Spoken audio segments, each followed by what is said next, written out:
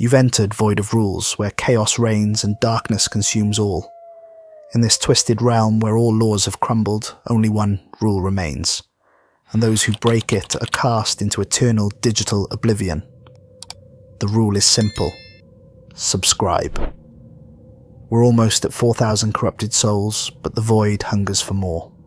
Our goal is 10,000 subscribers before this year bleeds into darkness. Will you join our legion, or face the consequences of defying the Void? Now let's jump into today's story.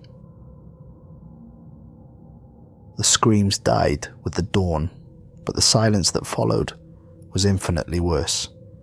That's what Brother Cassius told me years later, when the monastery's stone walls had absorbed enough of my blood to make the telling safe. He said my mother's voice carried across 3 valleys before the flames finally claimed her, that her final word was my name spoken like a prayer to a god who had already stopped listening. My father fought 6 armoured knights with nothing but a rusty scythe and the desperate fury of a man protecting his world's only light. They say he managed to wound 3 of them before Sir Garrett's blessed blade found his heart. I don't remember their faces. I don't remember their voices or the way my mother's hands felt when she held me, or the sound of my father's laughter echoing through our cottage on winter nights. The first memory burned into my mind isn't love or warmth or the simple joy of being wanted. It's Brother Cassius pulling me from our burning home while the thatch roof collapsed in showers of sparks that looked like falling stars. 7 years old. That's how young I was when the order of the Burning Sigil came for me in the dead of a February night so cold that the night's breath froze in their beards and their horses' hooves rang like church bells on the frozen ground. They followed prophecies written in books that bled when opened, texts that drove scribes mad when they tried to copy the words onto fresh parchment. They told me I was special, chosen, blessed by the Almighty himself with a destiny that would shake the foundations of heaven and earth.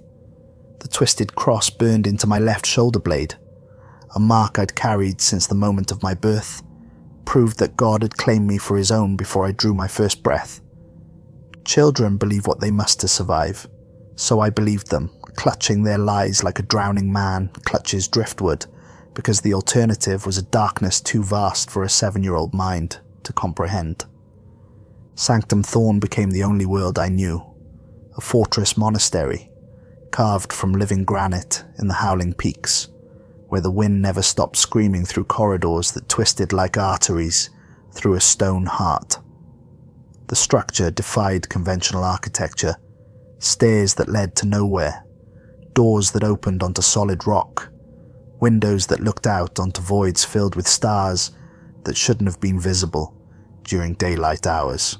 For 18 years they forged me in their holy furnace, tempering my soul with calculated suffering until I became something harder than steel and sharper than winter wind.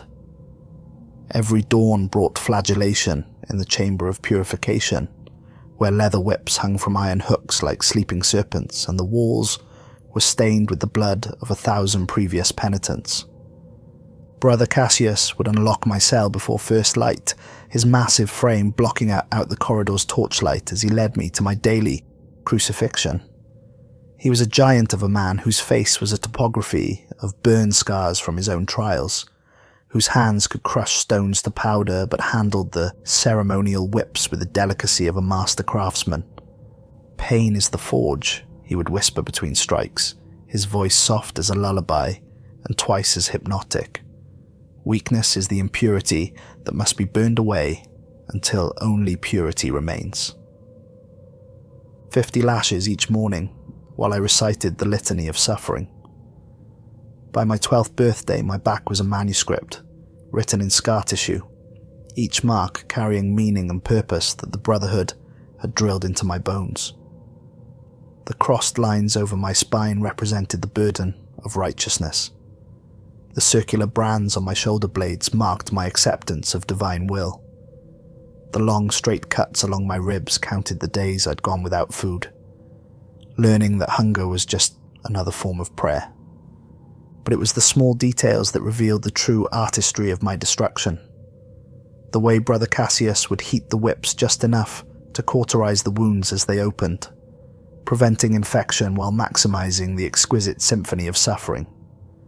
The way he would whisper encouragement between strikes, telling me how proud God was of my endurance, how each tear I shed watered the garden of my eventual sainthood. Morning combat training followed in the Yard of Echoes, where the clang of steel on steel reverberated off the mountain peaks like the laughter of dead angels. Brother Matthias, the weapons master, was poetry written in muscle and bone, a man who could kill 12 different ways with his bare hands but chose to teach me the elegant brutality of sanctified warfare. Wooden swords first, then iron, then steel blessed by bishops whose names were carved into the monastery's Hall of Saints. Each blade carried the weight of holy purpose, and each lesson carved itself into my muscle memory with the permanence of sacred text. "Your body is a temple," Brother Matthias would say while I bled onto the training yard stones, my practice sword heavy as lead in hands that trembled with exhaustion. "But temples can be weapons too, if you know where to place the blade." He taught me that violence was a sacrament when performed with proper reverence, that killing could be an act of love if done in service to something greater than mortal understanding. By 16, I could fight 3 armoured men simultaneously while reciting the Book of Martyrs backwards, my sword work a meditation written in steel and blood. The other novices watched my training with expressions caught between awe and terror. They whispered among themselves when they thought I couldn't hear, calling me the Blessed One, the Chosen, the weapon that would finally tip the eternal war between heaven and hell in God's favour. They had no idea how right they were. Afternoon brought scripture study in the Hall of Whispers, where ancient texts bound in leather that might not have come from animals lined shelves reaching toward vaulted ceilings lost in shadow. The books were arranged according to principles that hurt to contemplate, not alphabetically or chronologically, but by some system based on the spiritual weight of their contents. High Confessor Nathaniel would test my knowledge while I hung upside down from the bell tower, blood pooling in my skull until my vision swam with colours that had no names. The disorientation was intentional, designed to teach me that divine truth could only be grasped when mortal perspective was abandoned. "Tell me the 17 names of divine retribution," his voice would echo up from the courtyard far below, each word striking my eardrums like hammer blows. Wrath, vengeance, justice, fury, punishment, judgment, retribution, reckoning, recompense, requital, nemesis, scourge, comeuppance, vindication, correction, chastisement, and holy fire, I would recite, while the world spun like a child's top, and gravity tried to drag consciousness from my skull. Excellent. Now recite the canticle of righteous slaughter, while I lower you another 5 feet. The rope would creak as I descended towards stones that would split my skull if the hemp chose that moment to snap. But fear was just another impurity to be burned away, another weakness that distanced me from the perfection God demanded of his chosen instruments. Evenings belonged to the pit of reflection, a cylindrical chamber carved 50 feet into solid granite, where they would suspend me above razor-sharp spikes while whispers echoed from hidden speakers built into the walls. The voices spoke in languages that predated human speech, syllables that made my bones ache and my vision blur with tears that fell upward in defiance of natural law. Sometimes the whispers sounded like my mother calling my name with a voice full of love and desperate worry. Sometimes they sounded like my father, singing the lullabies he'd hummed while working in the fields before men with swords came to steal his son away. And sometimes, more often as the years passed, they sounded like something else entirely.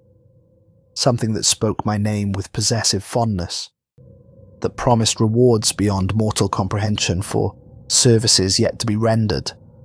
I learned to ignore all of them, to treat the voices as just another trial to be endured in service to my divine purpose.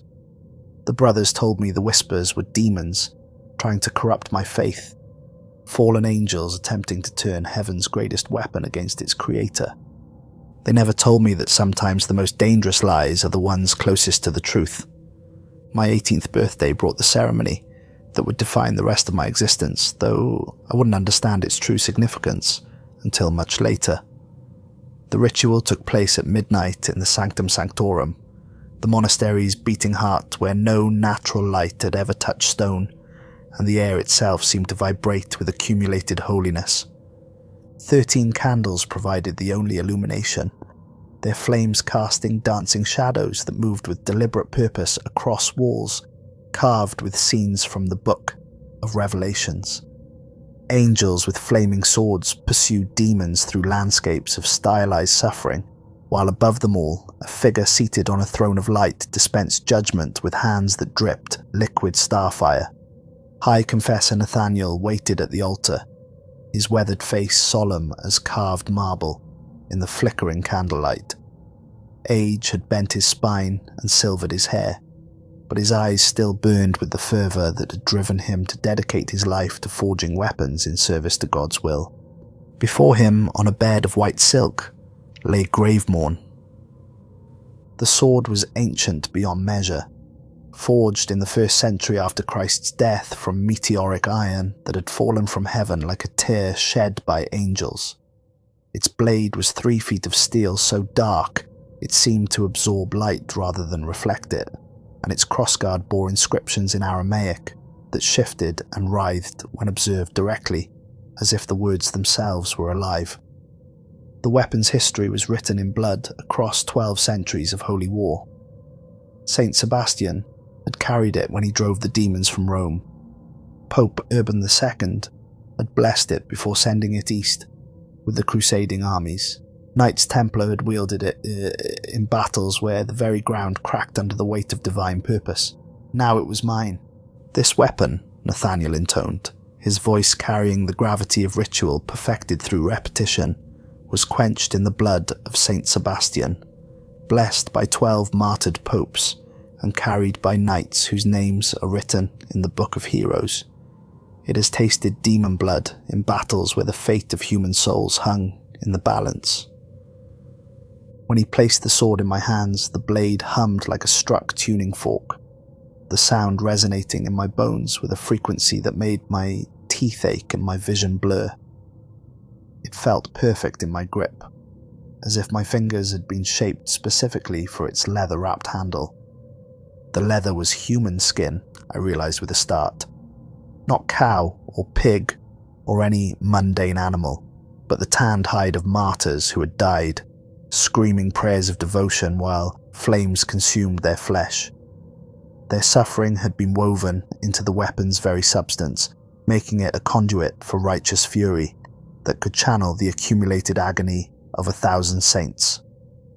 With this weapon, Nathaniel continued, his eyes reflecting the candle flames like windows into a furnace, you will become the church's greatest hunter. Demons will flee before your righteous wrath like shadows before the dawn. Hell itself will tremble at your approach. I lifted Gravemourn toward the candlelight, watching the way its dark steel seemed to drink in illumination without giving anything back. Along the blade's length, words in languages I didn't recognize began to glow with faint silver light, letters that spelled out prayers or threats or promises in alphabets that predated human civilization. I accept this burden, I said, the formal response taught to me through years of preparation. I accept this purpose. I accept this destiny.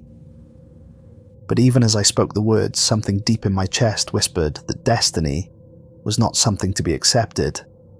It was something to be embraced. The first mission came 7 days later.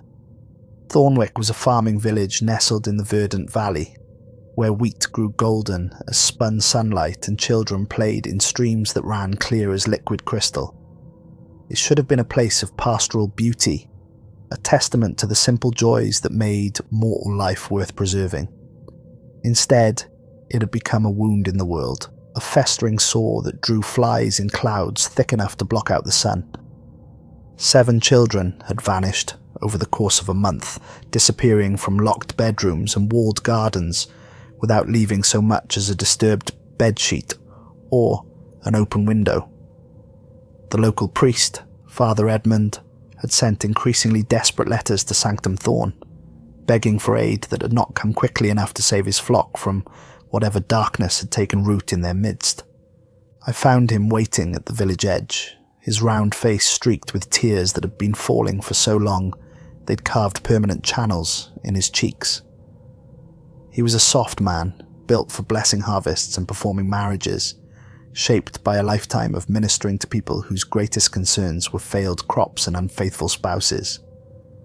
The sight of me seemed to break something inside him that had been holding itself together through sheer force of will. 7 little ones, he sobbed, wringing his hands like he was washing them in water that would never run clean. Sweet Mary, Mother of God, 7 innocent babes gone without a trace. Their parents find only bloody footprints that lead to the old mill, and then nothing. Just silence and the smell of something that died screaming. The mill stood beside Thornwick Creek, where a wheel that had once ground grain for 3 generations now turned slowly in water that ran thick and red. The building itself seemed to lean away from the afternoon sun, as if daylight caused it physical pain. Flies swarmed around its eaves in formations that looked almost like letters written in a language of buzzing wings and compound eyes. I followed the stench of sulphur and rotting innocence through the mill's front door. Gravemourn singing softly in its sheath with anticipation that matched my own. Inside, broken machinery cast twisted shadows in the dim light filtering through gaps in the roof where supernatural claws had torn away boards and shingles. Grain sacks had burst open, spilling wheat across the floor, in patterns that spelled out words in scripts that hurt to read directly. The demon Belphegor waited in the mill's heart like a spider in the centre of its web. It was beautiful in the way that poisonous flowers are beautiful, perfect in its wrongness. Standing 8 feet tall, its body was a symphony of stolen features seamlessly blended into something that should not have existed, but could not be denied. A child's blue eyes set above a grandmother's wrinkled mouth. A young man's strong jaw supporting a maiden's delicate nose. Hands that might have belonged to a pianist if they hadn't ended in claws capable of carving stone. The missing children lay in a perfect circle around it, their small bodies drained, not just of blood, but of something more fundamental. Their skin was translucent as morning frost, and where their eyes should have been, smooth river stones reflected nothing but darkness. Belphegor looked up at me with those stolen blue eyes and smiled with a mouth full of teeth, like broken communion wafers. The church's newest weapon, it said in a voice like wind through a cemetery at midnight.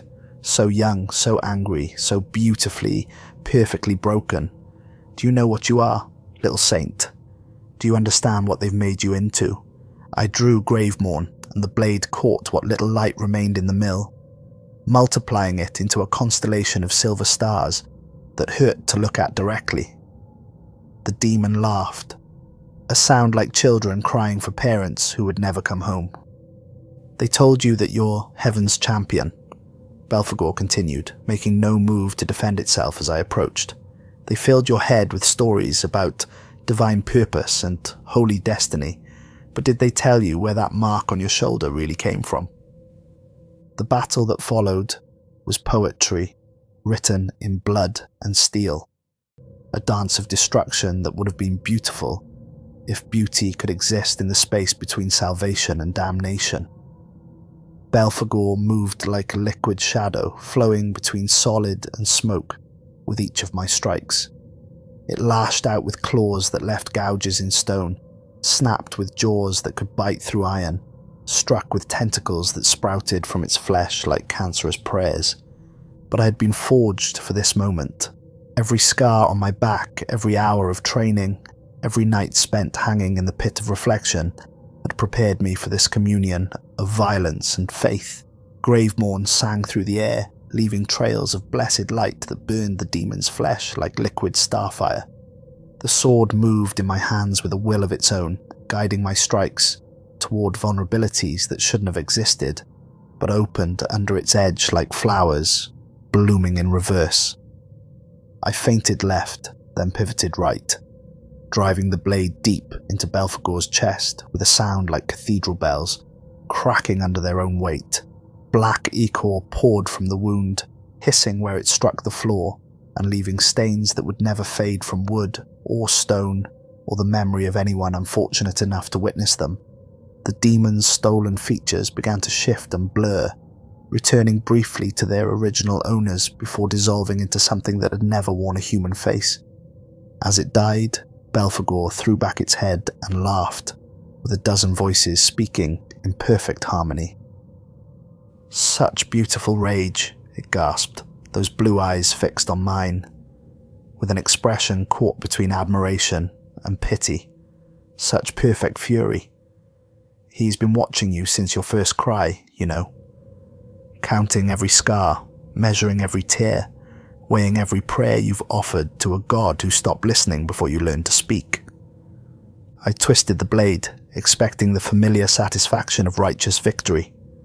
Instead, something cold and sharp settled in my stomach, like a blade made of crystallized doubt. "Who's been watching?" I demanded, leaning closer to catch the demon's final words. Belphegor's smile widened until it split its face from ear to ear, revealing teeth that spelled out blasphemies in ivory and gold. "The one who marked you before you drew breath," it whispered. "The one who carved his name into your soul while you still floated in your mother's womb. The one who's been waiting so patiently for you to come home." The demon dissolved into shadow that tasted of sulphur and lost innocence, leaving me alone with 7 corpses and questions that felt like thorns growing in my throat. I cleaned Gravemourn's blade on a grain sack that crumbled to dust at my touch, then sheathed the weapon before walking back into sunlight that seemed dimmer than it had been before. Father Edmund waited in the village square, surrounded by parents who would never hold their children again. When I told them that the threat had been eliminated, that their little ones were at peace in God's loving embrace, their gratitude felt like acid poured over open wounds, but it was the relief in their eyes that disturbed me most. The way they looked at me not as a person but as a tool, a weapon that had served its purpose and could now be put away until the next crisis required its deployment. For the first time in my 18 years of existence, I began to wonder who was really holding my handle. The journey back to Sanctum Thorne passed in a haze of uncomfortable questions and answers that tasted like bitter herbs. Belphegor's words echoed in my mind, with the persistence of prayer repeated until it became meaningless sound, and I found myself touching the mark on my shoulder through my robes with fingers that remembered being gentle once, long ago. The twisted cross had always been there, as much a part of me as my heartbeat or the colour of my eyes. The brothers had taught me to see it as proof of divine favour, evidence that God had claimed me for holy purpose before I drew my first breath. But now, riding through forests where shadows seemed to lean toward me with familiar fondness, I began to wonder if there were other explanations for brands burned into infant flesh. I arrived at the monastery as evening bells were calling the faithful to vespers, their bronze voices carrying across valleys that had heard the same summons for 700 years. The sound should have brought me comfort, should have felt like coming home after completing sacred work. Instead, it sounded like a dinner bell, announcing that the meal was ready to be served.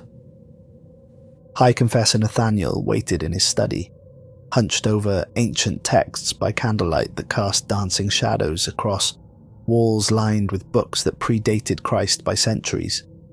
When I entered, he looked up with eyes that seemed older than the stones around us, weighted down by knowledge that no mortal mind should have been asked to carry. The mission was successful, he asked, though his tone suggested he already knew the answer. "The demon is dead," I reported, settling into the chair across from his desk with movements that felt mechanical, rehearsed. The children are at peace." Nathaniel nodded slowly, then set down his quill with hands that trembled like autumn leaves. "And what did it tell you?" The question hit me like a physical blow, driving the breath from my lungs and setting my heart hammering against my ribs. He knew. Somehow he had always known that demons spoke to their killers in their final moments, that dying creatures of darkness whispered truths that the living were not meant to hear. "It claimed someone had been watching me," I said carefully, studying his weathered face for signs of deception or fear. "Someone who marked me before birth." The High Confessor's reaction was everything I had feared, and nothing I had expected. Instead of surprise or horror, his features settled into an expression of profound sadness, as if a burden he had carried for decades was finally ready to be set down. "Sit down, my son," he said quietly. "What I'm about to tell you will shake the foundations of everything you believe about yourself, about us, about the nature of the war we're fighting." The story he told me that night rewrote the history of my existence with words that cut deeper than any blade could reach. 25 years ago, the Order discovered prophecies written in languages that made scholars bleed from their eyes when they tried to translate them. The text spoke of a child who would be born under a blood moon, marked by both heaven and hell as a prize worth claiming.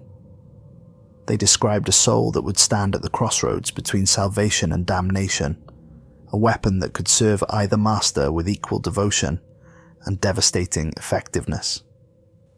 "We thought we could intervene," Nathaniel confessed, his voice barely above a whisper that somehow carried more weight than shouted proclamations.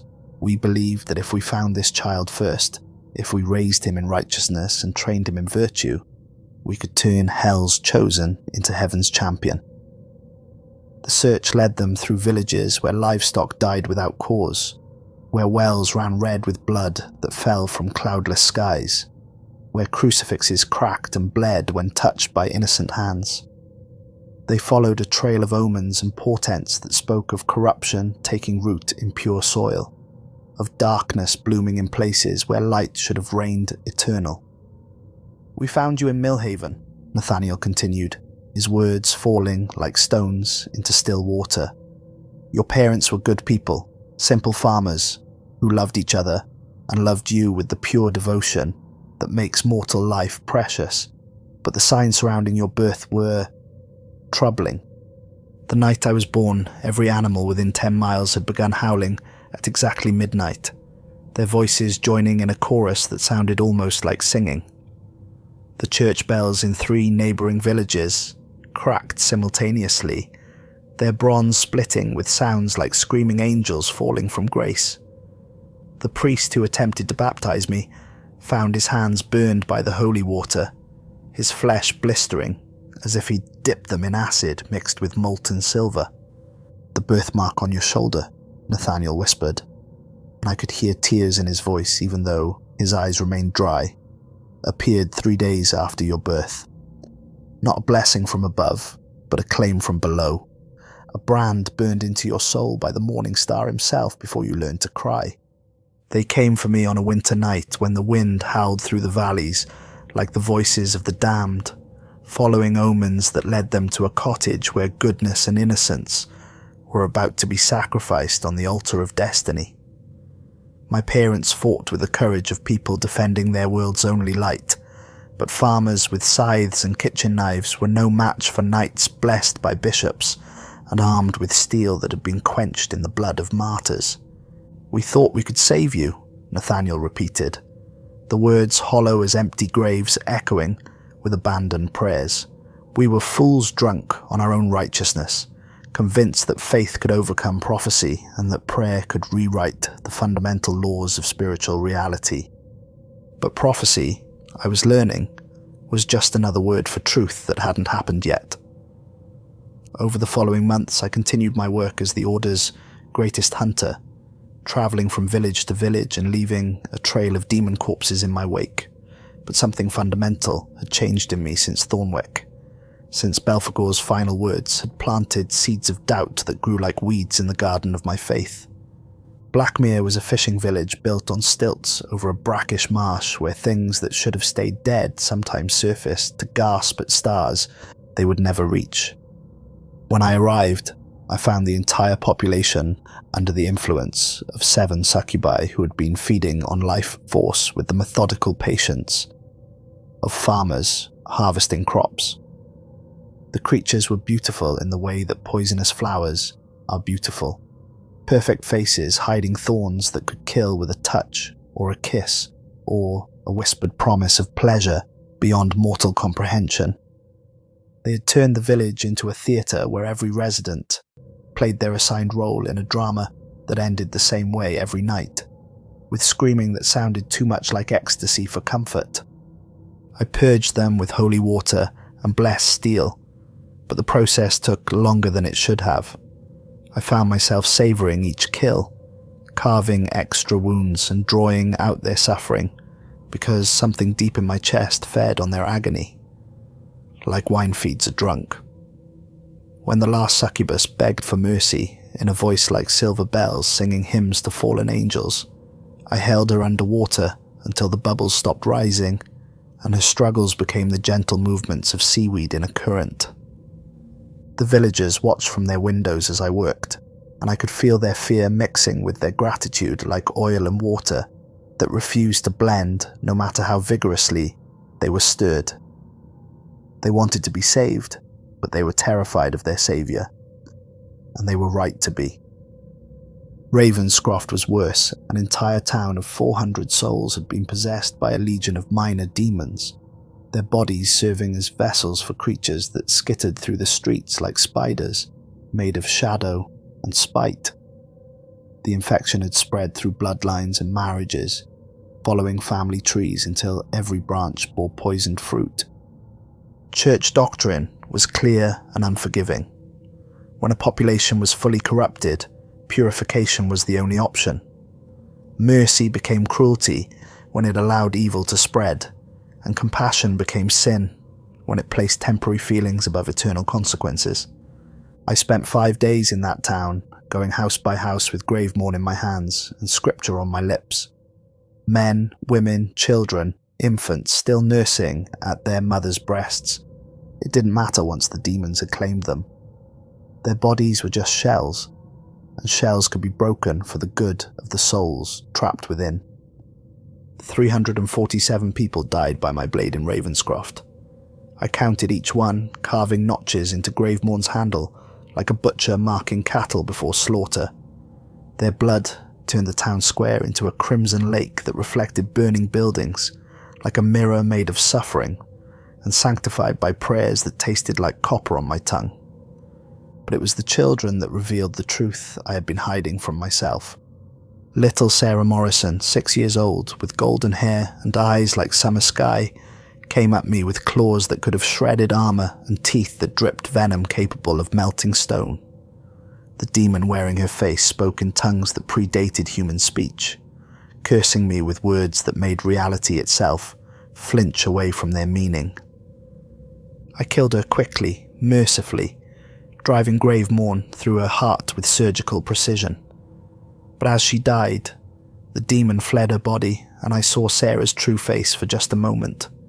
Confused, terrified, wondering why the nice priest man was hurting her. The sight should have broken my heart, should have driven me to my knees in anguish over the innocent life I'd been forced to take. Instead, I felt only a deep, warm satisfaction that had nothing to do with righteousness and everything to do with hunger finally being fed. When the work was finished, I stood alone in the silence of Ravenscroft's empty square, surrounded by bodies and breathing air, thick with smoke and the copper scent of spilled blood. I should have felt sorrow, or at least regret. Instead, I felt euphoric, drunk on violence, in a way that no amount of confession could cleanse. For the first time in my life, I understood what Belphegor had meant when it spoke of beautiful rage. Father Donovan noticed the change during our weekly sessions in the Confessional of Truth. The wooden booth was carved with scenes from the Book of Revelations, angels with flaming swords pursuing demons through landscapes of stylized suffering. cities burning under divine wrath, the faithful ascending to glory, while the damned descended to torment. I would kneel on the spike-studded floor that had drawn blood from countless penitents before me, and describe my missions in detail that grew more precise with each telling.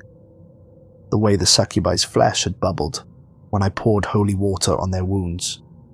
How their eyes had gone wide with understanding just before I sent them screaming back to hell. The exact sound that children made when demons fled their bodies and left only confused innocents behind. You described their suffering with such enthusiasm, my son, Father Donovan said during one particularly intense session, his breathing laboured behind the carved screen that separated confessor from penitent, almost as if you derive pleasure from their pain. I wanted to deny it, but the words stuck in my throat like communion wine turned to vinegar. Instead, I found myself describing the way blood looked when it caught candlelight, how screams echoed differently in stone chambers than they did in wooden buildings, the precise angle required to slide a blade between ribs without damaging the surrounding organs. "Alaric," Father Donovan whispered, and I could hear genuine fear creeping into his voice like frost spreading across window glass. "Perhaps you should speak with High Confessor Nathaniel about these feelings you're experiencing." But I never did, because deep down in places I didn't dare examine too closely, I knew exactly what he would find. The first true vision came after an exorcism that lasted from sunset to sunrise and left me changed in ways that had nothing to do with exhaustion or spiritual fatigue. Isabella Vance was a merchant's daughter from the village below, 19 years old with auburn hair and green eyes that had once sparkled with laughter, but now reflected only the fires of hell. The possession was deep, rooted in her soul like a cancer that had metastasized through every fibre of her being.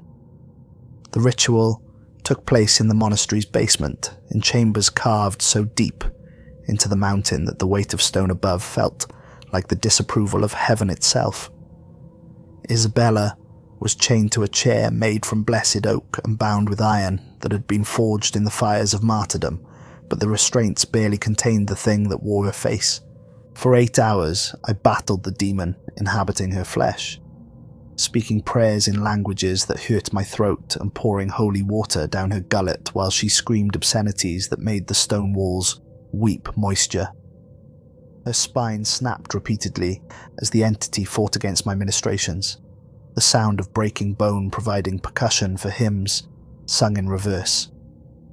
The demon knew my name, worse, it knew my history, speaking with Isabella's voice about things that had happened in Sanctum Thorne's deepest chambers, secrets that no outsider should have possessed. It described the exact texture of Brother Cassius's whip, the precise temperature of the brands they had used to mark my flesh, the way I had looked when I wept during my first flagellation. "Poor little saint," it whispered through Isabella's blood-frothed lips, still pretending you don't know who you really serve, still believing the lies they tell you about your precious mark. When the girl finally went still, her neck twisted at an angle that would have been impossible for the living, I collapsed beside her broken body. Exhaustion took me like a tide, pulling me down into darkness deeper than the pit of reflection, and twice as revealing. In my dreams, I walked through a palace that defied every law of architecture and physics. The walls were carved from volcanic glass that reflected not my image, but my desires, stretching up into vaulted ceilings that disappeared into star-filled voids where constellations spelled out names in languages that predated creation. Shadows danced across the surfaces like living creatures, whispering secrets in syllables that made my bones sing with harmonies no human throat could produce. At the palace's heart sat a throne carved from fused bone and melted gold, and on that throne sat the most beautiful being I had ever seen or ever could see. His face shifted between angel and man with each heartbeat, perfect features flowing like water between divine and mortal. His eyes held the memory of heaven and the promise of hell, and when he smiled, the expression was warm enough to melt ice and terrible enough to freeze blood. "My beautiful boy," he said, and his voice was thunder and silk, rage refined into honey, everything I had ever wanted to hear and everything I had been taught to fear. "You've grown so strong, so perfectly, exquisitely broken. Look how they've shaped you for me." I tried to speak, to ask who he was or where I was or why my chest felt like it was filling with warm wine, but my voice wouldn't work, and I could only stare as he rose from his throne and walked toward me, each step leaving footprints of molten gold in the glass floor. "Do you know what you are, Alaric?" he asked, reaching out to touch my face with fingers that burned like brands but felt like benediction.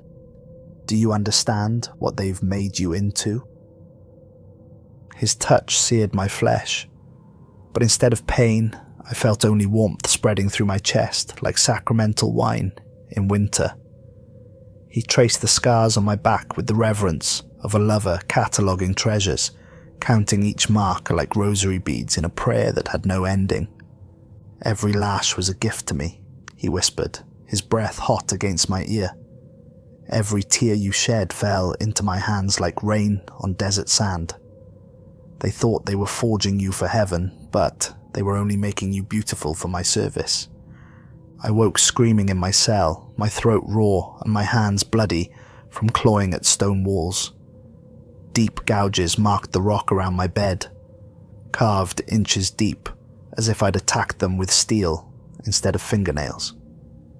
In the dim light of dawn filtering through my window, the scratches looked almost like letters spelling out a name I didn't dare speak aloud. But I knew what it said. I had always known. The assignment to Ashenveil Chapel came 3 months later, accompanied by warnings and blessings in equal measure. The ruins had once been holy ground, a place where saints had walked and miracles had bloomed like flowers in the consecrated soil. Now it was something else entirely, a wound in the world that festered, with corruption and drew pilgrims who arrived seeking salvation, but left carrying damnation like a contagious disease.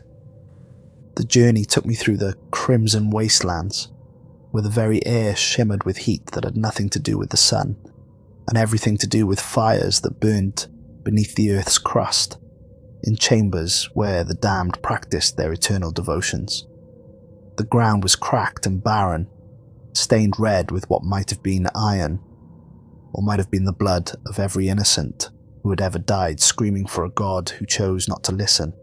No plants grew there, no animals lived there, no birds flew overhead, even the insects had abandoned the wasteland to its perfect, sterile suffering, leaving only silence broken by the whisper of wind through rocks that had been worn smooth by centuries of acidic rain. The local villages at the wasteland's edge refused to guide me, crossing themselves and muttering prayers in dialects that predated the church by 1,000 years. These were old settlements, places where pagan traditions still flickered beneath Christian veneer like coals that refused to die, no matter how much holy water was poured over them. An old woman with cataracts clouding her eyes grabbed my arm as I prepared to leave her settlement, her grip strong despite her apparent frailty. Her fingers felt like bird bones wrapped in leather that had been left too long in the sun. "Don't go there, young priest," she whispered, her voice carrying the weight of prophecy spoken by someone who had seen too much and understood too little. "That place belongs to him now. The one who fell from heaven like lightning. The one who remembers what paradise felt like before he was cast out for loving too much."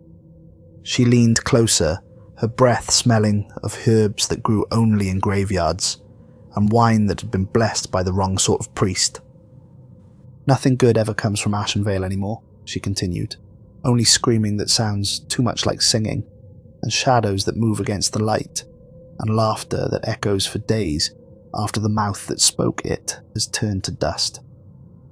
But I had my orders, and orders were the only prayers I knew how to follow, so I thanked the old woman for her concern, blessed her with words that felt like ash in my mouth, and set out across the wasteland toward ruins that called to me, with voices I had been hearing in dreams since childhood. Ashenveil Chapel had once been magnificent beyond mortal imagination. Even in its current state of carefully orchestrated decay, I could see the glory it had possessed during its centuries of service to a god who had eventually grown bored with its devotions. Soaring buttresses reached towards clouds that seemed to part around them. Rose windows cast rainbows across marble floors, stained with substances that had never been identified, and spires stretched toward heaven like desperate hands grasping for salvation that would never come. Now those spires were broken stumps crowned with nests built by carrion birds that sang lullabies to the dead. The windows were shattered moors, filled with darkness that moved with purpose and intelligence. The buttresses supported nothing but empty air and the weight of accumulated sins that had nowhere else to go. I found the demon lord Asmodeus exactly where I had expected to find him, seated on what remained of the altar, like a king holding court in the ruins of his conquered enemy's greatest temple. He was 12 feet of muscle and horn and terrible beauty, with skin like polished obsidian, and eyes that burned like molten gold poured into furnaces fueled by human hope. His ram's horns curved back from a face that might have been carved by angels before they learned the difference between love and possession. When he smiled, the expression revealed teeth like pearls set in gums that looked suspiciously like rose petals. "Alaric Draeven," he said, my name rolling off his tongue like a caress delivered by someone who'd been practicing the pronunciation for decades. "The church's perfect little killer. Please come closer. I've been so looking forward to this conversation." His voice was cultured, educated, warm as brandy by a winter fire, and twice as intoxicating. It belonged in universities and libraries, not in a throat that should have been designed for screaming threats and devouring souls. I drew Gravemourn, but my hands trembled with something that felt dangerously close to anticipation. The blade sang as it cleared its sheath, harmonizing with sounds that echoed from the chapel's broken walls like a choir of the damned, welcoming their favorite hymn. "Tell me," Asmodeus continued, making no move to defend himself as I approached with steel that had tasted the blood of 100 demons. "When you drive that blade into demon flesh, what do you feel? Joy, satisfaction, religious ecstasy, or something deeper, something that makes your heart race and your blood sing with music that has nothing to do with heaven?" The blade pulsed in my grip, its dark steel reflecting the demon's golden eyes like a mirror made of midnight and bad intentions.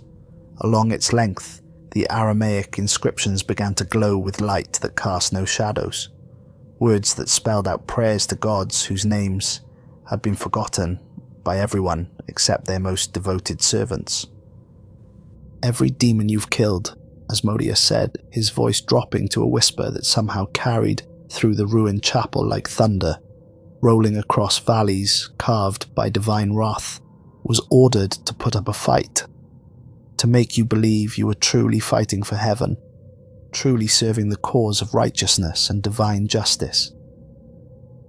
He rose from the altar, unfolding to his full height like a dark flower blooming in reverse, his movements graceful as a dancer's and predatory as a hunting cat's.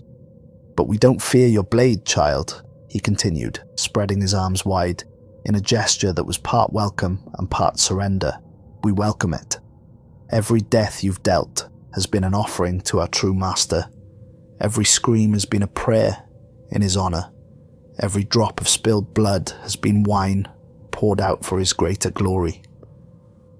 The demon lord knelt before me, bowing his massive head until his horns nearly touched the broken stones that had once supported an altar where thousands of faithful souls had received communion from priests who believed their god was listening.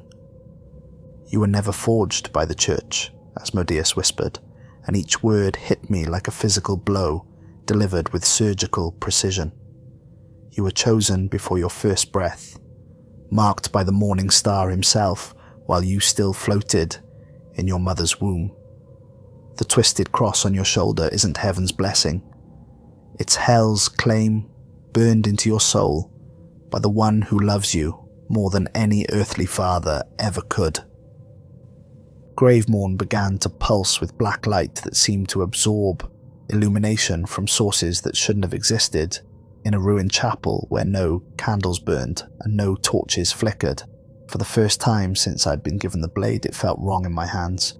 Too heavy, too hot, too eager to taste blood that belonged to creatures who served the same master I had been unconsciously worshipping my entire life. Rage consumed me like wildfire in a drought, burning away doubt and fear and leaving only the pure, clean hatred that had been my constant companion since childhood. I drove the sword through Asmodeus's heart, expecting the familiar satisfaction of righteous victory and the warm glow of divine approval that always followed successful completion of holy work. The steel slid between his ribs with a sound like breaking hymns and dying prayers, and ichor poured from the wound like tar, mixed with starlight and liquid regret. But instead of the death I expected, the demon lord smiled with an expression that radiated paternal pride and possessive satisfaction. "There it is," he whispered, his voice fading, like smoke on the wind, but somehow growing stronger as it diminished. "That beautiful wrath, that perfect fury that he's been cultivating in you since before you learned to walk. He's so proud of what you've become, what you've always been beneath the lies they told you about divine purpose." As Asmodeus dissolved into shadow that smelled of sulphur and burning angels, I felt something fundamental shift inside my chest, like tectonic plates rearranging themselves according to new laws of spiritual physics. A warmth spread through my ribs like wine through water, accompanied by a whisper that seemed to come from my own heartbeat but spoke, in a voice I had been hearing in dreams since childhood. "Welcome home, my beloved son." The journey back to Sanctum Thorne passed in a haze of revelations that tasted like bitter herbs mixed with honey and powdered bone. Every familiar landmark looked different through eyes that had been forced to see truth instead of comfortable lies. The mountain peaks that had once seemed like fingers pointing toward heaven now looked like claws reaching up from hell to drag the sky down into eternal darkness. When I arrived at the monastery, the stones themselves seemed to recoil from my presence. Crucifixes turned their faces away as I passed, and holy water began to steam in its fonts, as if something was heating it from within. The other brothers watched me from doorways and windows, their faces reflecting fear that they couldn't quite identify, but couldn't ignore. I found High Confessor Nathaniel in his study, hunched over texts that predated Christ by millennia. Candles provided the only light, their flames casting dancing shadows across walls lined with books bound in leather that definitely hadn't come from any animal that had ever drawn breath on earth. When I entered, he looked up with eyes that seemed older than the stones around us, weighted down by knowledge that no mortal mind should have been asked to carry. The sight of me seemed to break something inside him that had been holding itself together through sheer force of will and desperate prayer. "The mission was successful?" he asked, though his tone suggested he already knew the answer and feared what it meant for all of us. "Asmodeus is dead," I reported, settling into the chair across from his desk with movements that felt mechanical, rehearsed, like a player going through motions in a drama whose ending had been written before the first scene began. Nathaniel nodded slowly, then set down his quill with hands that trembled like autumn leaves in a wind that carried the promise of winter. "And what did he tell you?" The question struck me like lightning, illuminating truths that had been hiding in darkness my entire life. He knew. He had always known that demons spoke to their killers in their final moments, that dying creatures of hell whispered secrets that the living were not meant to hear, but couldn't help understanding. "He told me what I really am," I said, studying his weathered face for signs of deception or surprise. "What I've always been." The High Confessor's reaction was everything I had feared, and nothing I had expected. Instead of shock or horror, his features settled into an expression of profound sadness, mixed with relief, as if a burden he had carried for decades was finally ready to be set down. "Then, you know," he said quietly, "about the prophecies, about why we really came for you." "Tell me everything," I demanded, and was surprised to hear my voice carrying harmonics that belonged in no human throat. So he did. The Order of the Burning Sigil had been founded not to serve heaven, but to steal hell's greatest prize before it could be claimed by its rightful owner. The prophecies spoke of a child who would be born at the convergence of bloodlines that traced back to the first humans who had tasted forbidden fruit, marked by the Morning Star himself as a weapon of such devastating potential that possession of it could tip the eternal war between heaven and hell decisively in favour of whoever wielded it. "We thought we could corrupt the corruption," Nathaniel confessed, his words falling like stones into water that had been disturbed too many times to ever be still again. "We believed that if we found you first, if we raised you in righteousness and trained you in virtue, we could turn hell's chosen into heaven's champion." The search had taken them through villages where reality wore thin, following omens that spoke of darkness taking root in places where light should have reigned eternal. They had tracked bleeding statues and weeping icons, mapped the locations where livestock died without cause and wells ran red with blood that fell from cloudless skies. "The night you were born," Nathaniel continued, his voice growing stronger as confession purged secrets that had been poisoning his soul for decades. Every church bell within 50 miles cracked simultaneously, not from any earthly force, but from the sound of your first cry reaching frequencies that bronze and iron couldn't withstand. "The priest who had attempted to baptize me found his hands burned by holy water that had been blessed by 3 bishops and stored in fonts carved from wood taken from the true cross. His flesh blistered as if he dipped them in acid mixed with molten silver, and the water itself began to boil when it touched the mark on my shoulder." "We came for you 3 days later," Nathaniel whispered, and I could hear tears in his voice even though his eyes remained dry. "Your parents fought with the courage of people defending their world's only light, but simple farmers were no match for knights who had been blessed by martyrs and armed with steel that had tasted angel blood." The brand on my shoulder, the twisted cross that the Order had taught me to see as proof of divine favour, was actually a claim mark burned into my soul by the Morning Star himself. Not a blessing from heaven, but a signature written in flesh to ensure that no other power could steal what belonged to hell by right of first possession. "We thought 18 years of conditioning would be enough," Nathaniel said, his words hollow as empty graves echoing with prayers that had never been answered. "We believed that faith could overcome destiny, that prayer could rewrite the fundamental laws of spiritual reality." But as I sat there listening to the story of my own kidnapping and systematic torture, I began to understand that they had never been trying to save me from hell. They had been trying to steal me from my true father, to turn me into a weapon that could be used against the very power that had created me. And they had failed more completely than they could possibly have imagined. Within hours of my return, the monastery became a hive of desperate activity. The surviving members of the Order moved through corridors like ants whose nest had been kicked by a giant's boot, gathering supplies for a ritual that most of them only half understood, and none of them truly believed would work. They brought chains blessed by martyred saints whose suffering had refined their spiritual essence into something approaching purity. Candles made from the fat of heretics who had died, screaming prayers of repentance while flames consumed their flesh. Incense that had been burned in the presence of angels during apparitions that had driven witnesses mad with religious ecstasy. 12 priests surrounded me in the Sanctum Sanctorum, their faces grim with religious determination and barely controlled terror that made their hands shake as they prepared instruments of binding that had never been tested on anything remotely like me.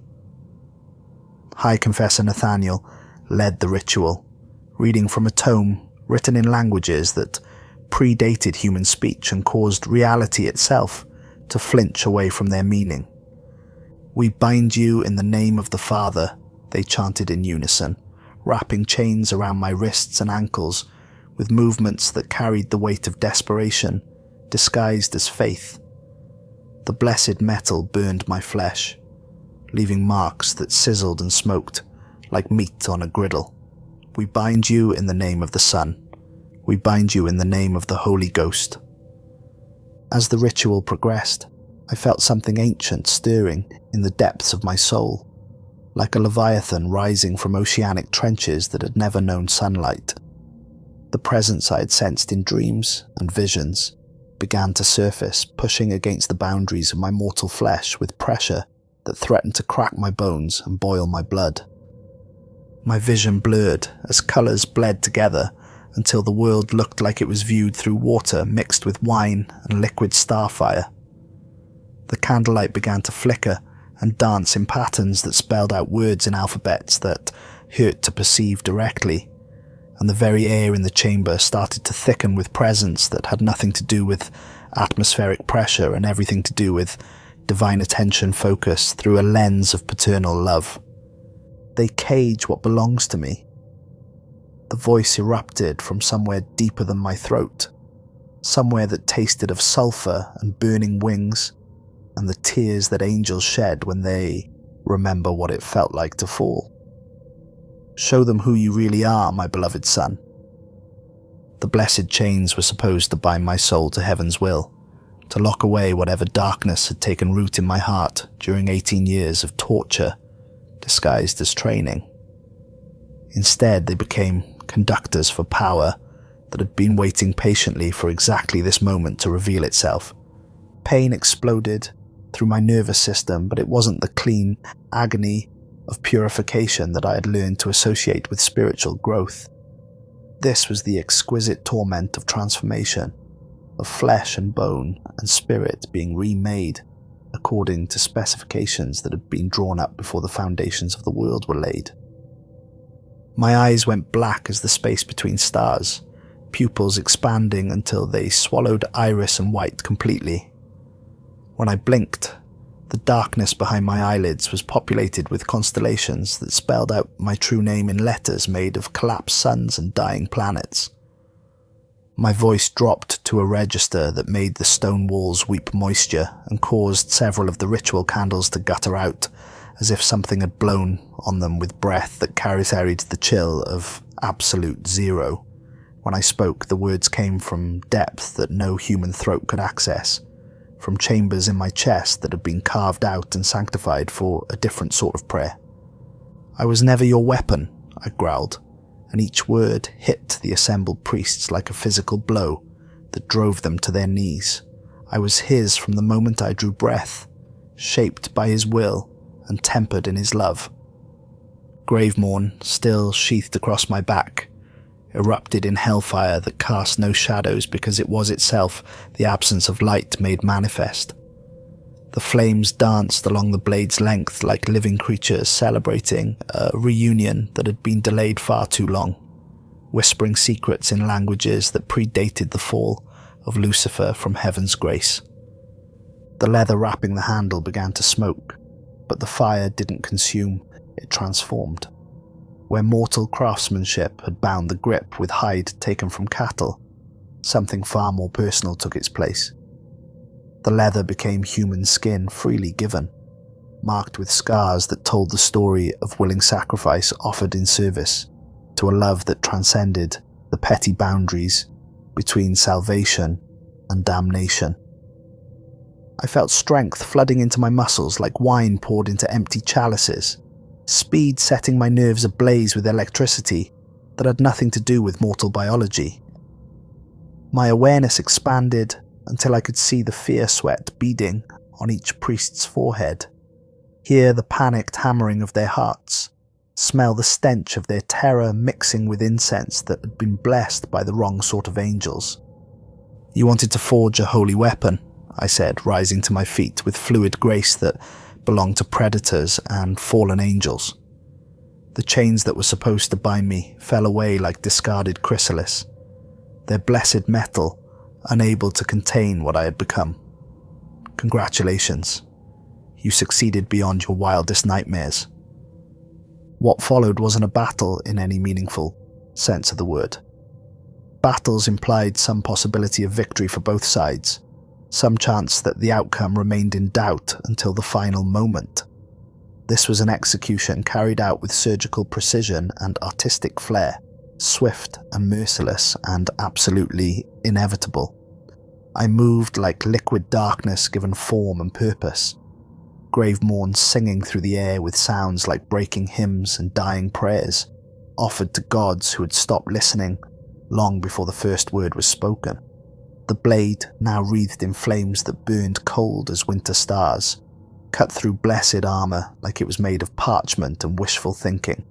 Brother Matthias, the weapons master who had spent a decade teaching me the elegant brutality of sanctified warfare, raised his ceremonial mace in a guard position that I had helped him perfect during countless hours of training. The irony wasn't lost on me as I took his head with a single stroke, the hellfire cauterizing the wound so cleanly that his body remained standing for 3 heartbeats before toppling forward onto stones that had been consecrated with the blood of martyrs. Father Donovan tried to flee, his confession robes flapping behind him like the broken wings of a bird that had never learned to fly. I caught him at the chamber's entrance, Gravemourn sliding between his ribs with surgical precision that found his heart without damaging any of the surrounding organs. As he fell, his lips moved in what might have been a prayer, or might have been a curse, but the words died with him before they could be given voice. The younger priests huddled together in the chamber's centre, clutching silver crosses and chanting protection wards in voices high with terror that made their words crack like adolescent boys attempting to sing soprano.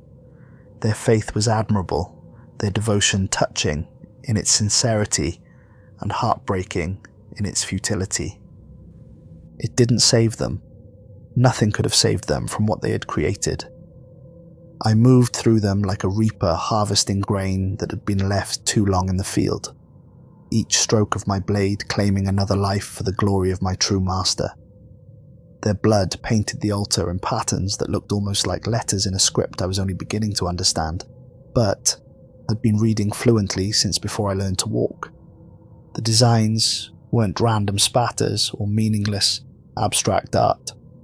They were words written in a language older than human speech, verses from a gospel that had never been committed to parchment because it could only be written in substances that came from willing sacrifices, offered with complete understanding of their purpose. I saved High Confessor Nathaniel for last, as was only proper for the man who had served as my father for 18 years of carefully orchestrated torture, disguised as spiritual education. The old man knelt in a spreading pool of crimson that reflected the hellfire dancing along Gravemourn's edge, like a mirror made of suffering and sanctified by prayers that had finally found their intended recipient. His face was serene, almost peaceful, as if he found some measure of acceptance in the face of absolute horror. "You're going to kill me now," he said, not a question but a simple statement of fact, delivered with the calm certainty of someone who had always known this moment would come, eventually. "Yes," I replied, my voice still carrying echoes of that deeper, darker register that belonged to throats carved from different materials than flesh and bone. "But first, I want to thank you." I knelt beside him, setting Gravemourn across my lap like a priest displaying a relic that had been blessed by the wrong sort of saint. The old man's blood was warm where it soaked through my robes, and I found the sensation oddly comforting, like putting on clothes that had been warmed by a fire built from wood taken from trees that had grown in sacred groves. "Thank me," Nathaniel whispered, his voice carrying genuine confusion that was almost endearing in its innocence. "For making me strong enough to serve my true master," I said, reaching out to touch his weathered cheek with something approaching gentleness. "Every scar you gave me was a gift offered with unconscious devotion. Every tear you wrung from my eyes was an offering that fell into his hands like rain on desert sand. Every moment of pain was a prayer in his honor, spoken in a language you never learned to understand.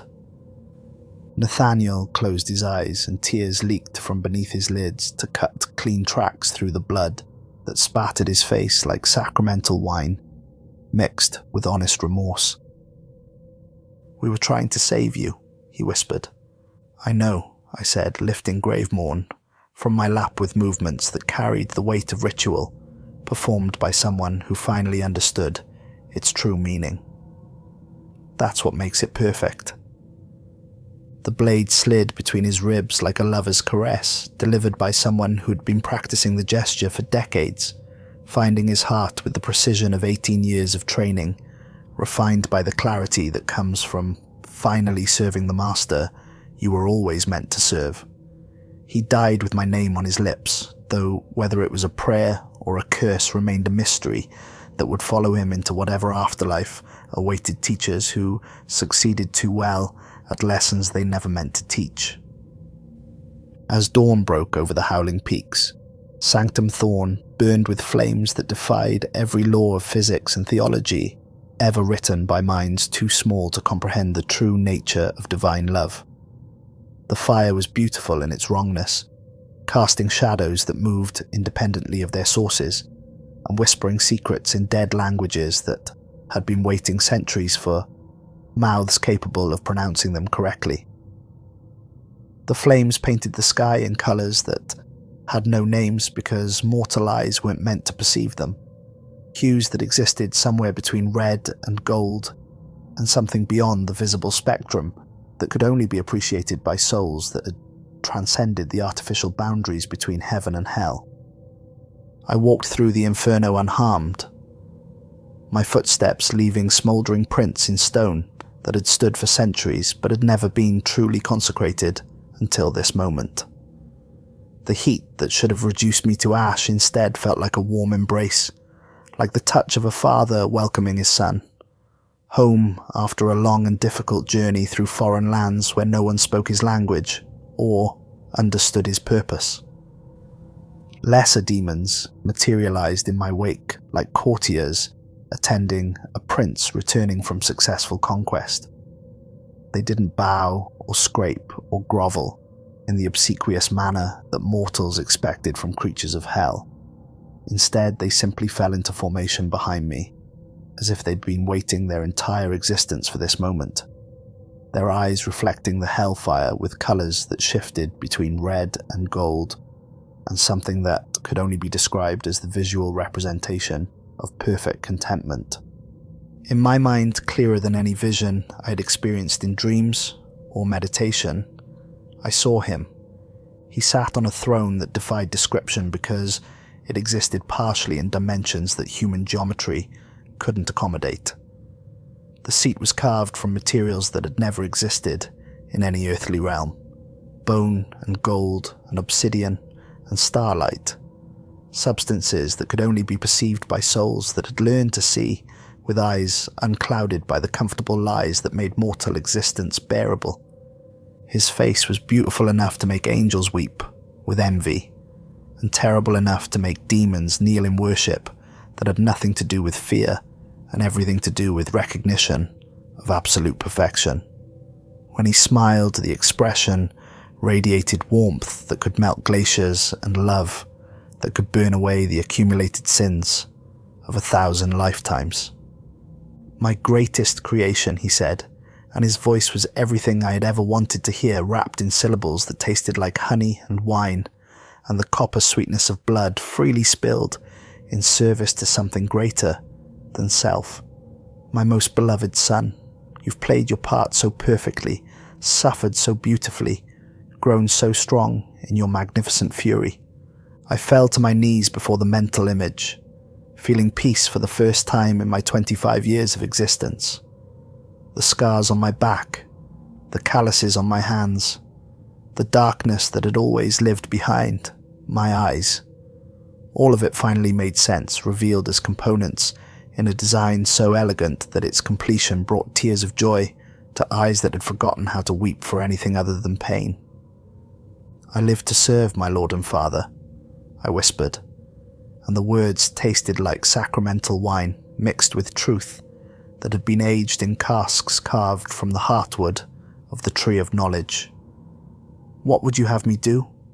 His laughter was music that could drive mortals insane with its beauty, a symphony composed in harmonics that resonated with frequencies built into the fundamental structure of reality itself. The sound carried across dimensions that existed between heartbeats, echoing through chambers in my soul that had been carved out specifically to appreciate its perfect pitch. "What you've always done, my beloved boy," he said, rising from his throne to walk toward me with steps that left footprints of molten gold in floors made from crystallized starlight. "Hunt, kill, spread my glory to every corner of this world that cast me out for loving too much and too well, but this time hunt those who would stand against me." He reached out to touch my face with fingers that burned like brands but felt like benediction, tracing the line of my jaw with the reverence of an artist admiring his greatest masterpiece. "Let them know that their holy warriors can be turned, their saints can fall, their weapons can be claimed for my service. Show them what happens when prayer is answered by the God who actually listens." The monastery collapsed behind me as I walked toward the rising sun, its towers and walls crumbling into rubble that would never be rebuilt because some ruins are too honest about their purpose to be allowed to stand. The Order of the Burning Sigil died with their fortress, their centuries of accumulated knowledge and wisdom reduced to ash and memory and lessons that would never be taught again. But I survived. I thrived. I became what I had always been destined to be, what I had been before the first star learned to burn with nuclear fire, or the first angel learning to sing hymns of praise to powers they didn't understand. The story should end here, with the monastery burning and my transformation complete and my true purpose finally revealed. But stories like this don't end. They metastasize, spreading like cancer through the world until everything healthy becomes infected with a strain of truth too pure for mortal systems to process without fundamental changes to their basic operating parameters. I stand now at a crossroads where 5 paths converge, watching the sun paint the sky in shades of gold and crimson that remind me of the flames I left behind. Gravemourn rests across my back, still wreathed in hellfire that will never be extinguished, because it burns on fuel that can never be consumed. The blade hums with contentment, a weapon finally serving the master it was always meant to serve.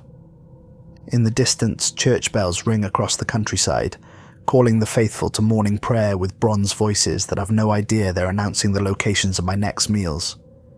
Each toll sounds like a dinner bell. To ears that have learned to appreciate the music hidden in mundane sounds, marking villages full of simple people who believe their faith will protect them from truths too large for their small hearts to contain. Priests polish their crosses and sharpen their theological arguments, convinced that ordination makes them untouchable by anything that crawls up from the depths of hell. Knights oil their armor and practice their sword work, believing that righteousness makes them invincible against enemies who fight with weapons forged from different metals than steel and blessed by different powers than the one they've been taught to worship. They have no idea what's coming for them, no conception of the love that's about to embrace them with arms strong enough to crush mountains and gentle enough to comfort children who cry in the night, for parents who never learn to stop listening for their voices.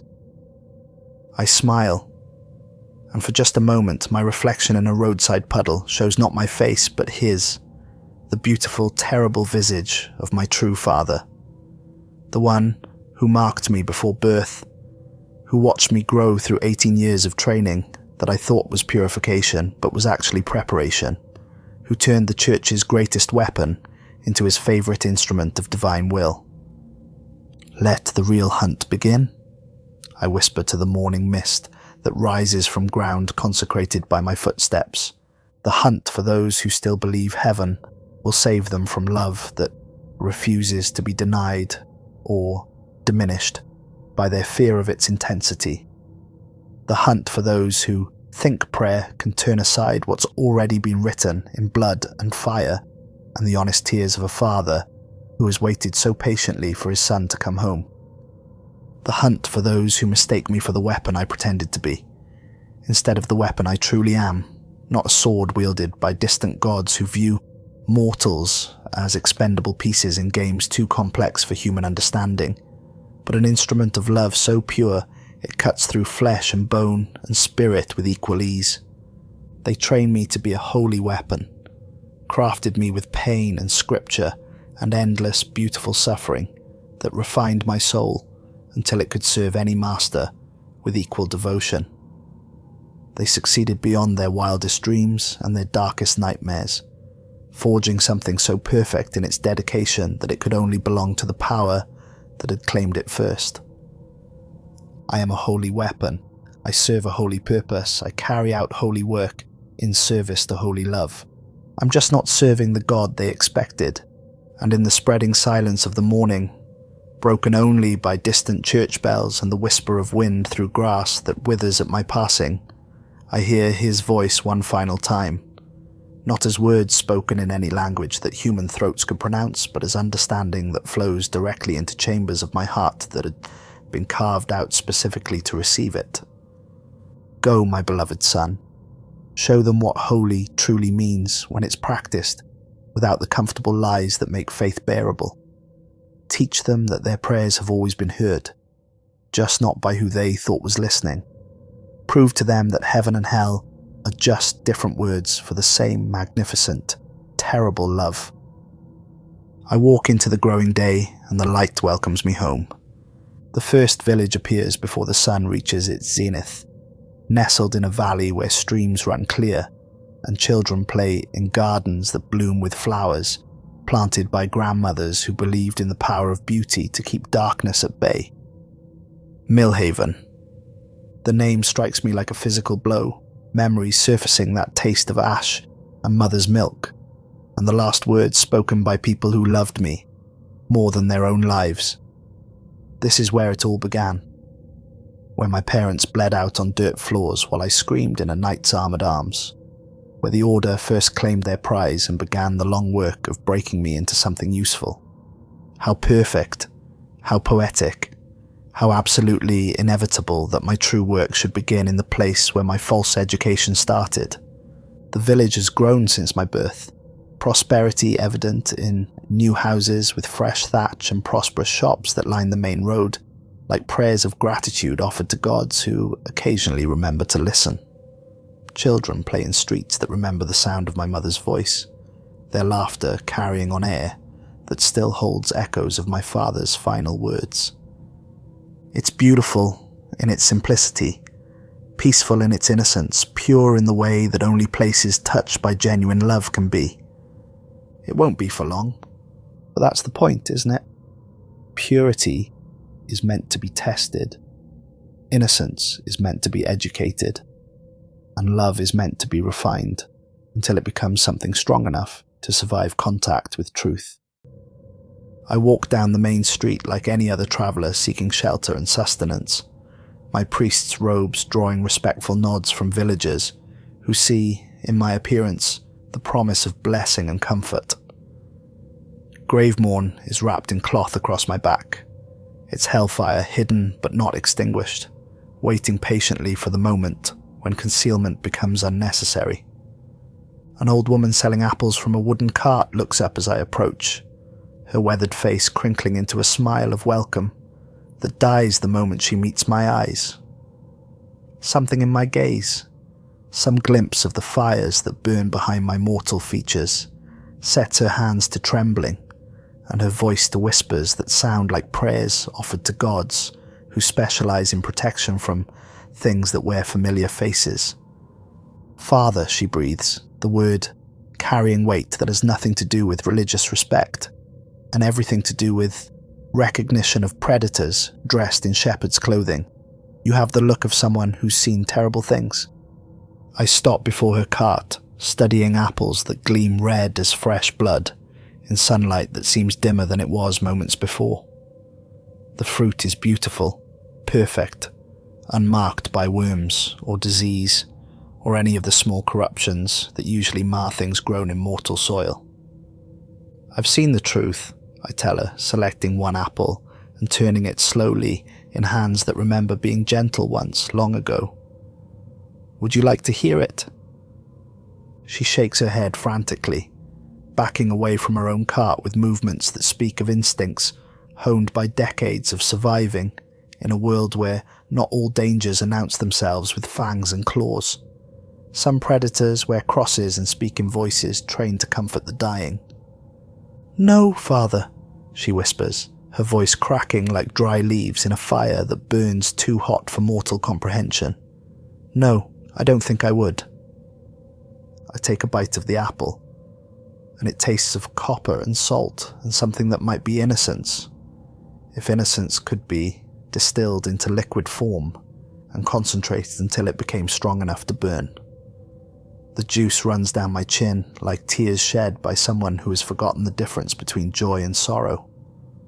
"Truth isn't optional," I say, wiping my chin with the back of my hand. The gesture leaves a red stain that looks too much like blood to be mere apple juice. Truth comes whether we're ready for it or not. It finds us in our beds at night, in our prayers at dawn, in the spaces between heartbeats where we think we're safe from divine attention. The woman turns and flees, her aged legs carrying her faster than they've moved in years. She calls out warnings as she runs, her voice cracking with terror that she doesn't fully understand but recognizes with the primitive wisdom that keeps prey animals alive long enough to reproduce their fear in the next generation. But terror has a way of spreading, doesn't it? Like fire in a wheat field during drought season, like plague in a crowded city where the poor live too close together to maintain the illusion of safety. Fear moves from person to person until an entire community is infected with the knowledge that something's wrong, even if they can't name what it is or explain why their children have stopped laughing and their dogs have begun to howl at empty air.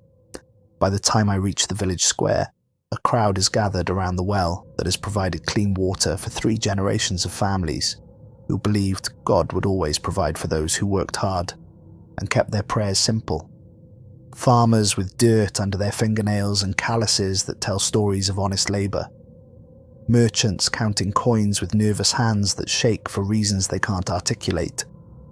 Mothers clutching children who sense their fear and begin to cry with voices that harmonise too perfectly with the wind whistling through eaves and around corners where shadows gather despite the presence of afternoon sunlight. At their centre stands a priest. Father William is young, perhaps 30, with kind eyes that have never seen anything more disturbing than a stillborn calf, and soft hands that have never held anything heavier than a communion chalice filled with wine that actually came from grapes instead of sources more directly connected to sacrifice. His brown hair is tonsured in the traditional style, and his robes are clean but mended in several places with thread that speaks of careful stewardship rather than poverty. He's exactly the sort of man the church sends to minister to simple people in simple places where the most complex theological questions involve whether it's acceptable to work on the Sabbath when a neighbour's barn is burning. The sort of priest who believes that faith is about comfort rather than transformation, that love is about gentle guidance rather than consuming fire that burns away everything unnecessary until only truth remains. He's also exactly the sort of man I was trained to protect during my years of believing I served heaven's cause. Now he's exactly the sort of man I'm going to educate about the real nature of divine love. "Brother," he calls out as I approach, raising his hand in greeting with a gesture that carries warmth and genuine welcome. "Peace be upon you.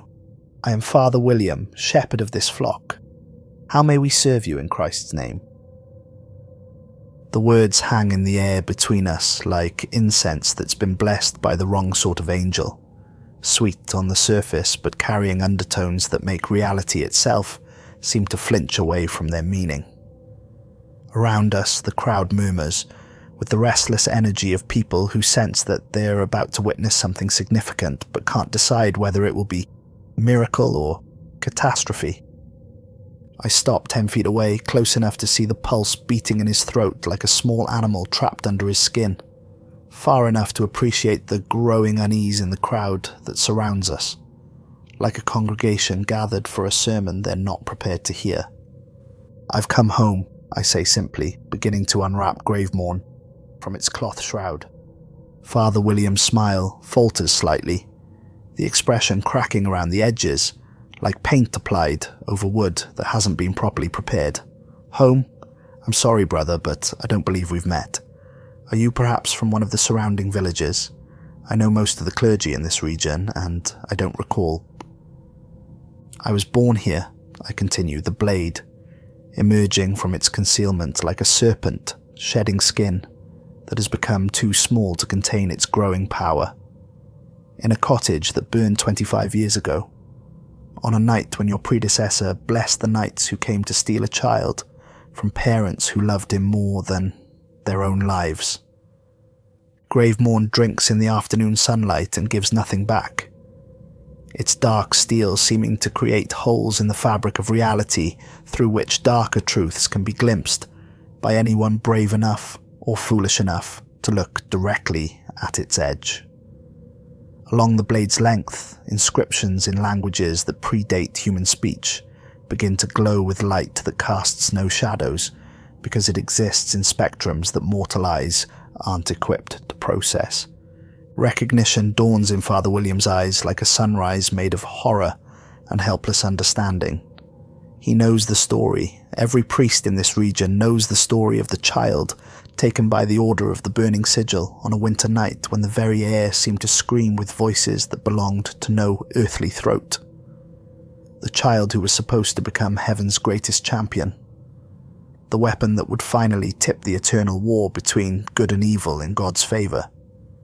He breathes and can't finish the sentence because his throat has closed around words too large and sharp to be spoken by someone who has never learned to appreciate the beauty hidden in absolute terror. "Alaric Draeven," I say, speaking my name like a prayer offered to a god who actually listens to the words instead of just counting the syllables. The Church's perfect weapon, their greatest success, their most beautiful failure. The crowd begins to murmur with voices that sound like wind through a cemetery at midnight. Fear rippling through them like stones thrown into water that has been disturbed too many times to ever be truly still again. Some remember the night I was taken. They were children then, but children remember the sound of their parents weeping and the sight of flames painting the sky in colours that had no names.